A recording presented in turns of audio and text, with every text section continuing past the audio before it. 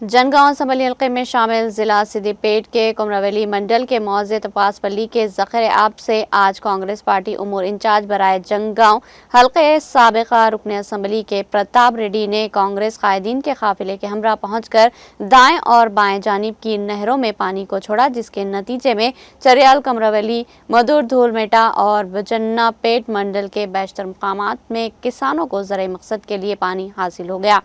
تپاس پلی ریزروائر سے زرعی مقاصد کے لیے پانی چھوڑنے کے لیے گزشتہ کئی ماہ سے متواتر کسانوں کی جانب سے نمائندگی کی جاتی رہی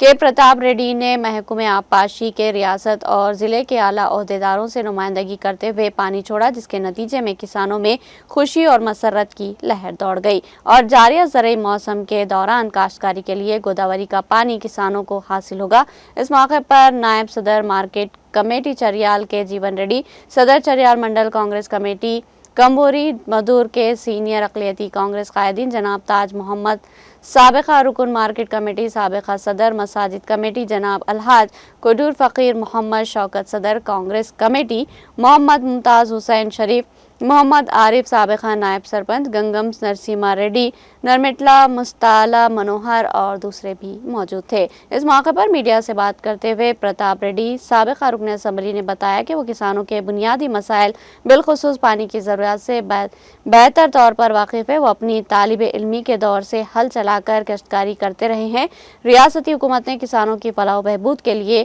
گوداوری کے پانی کو فراہم کیا، جس سے مقامی کسان استفادہ کریں۔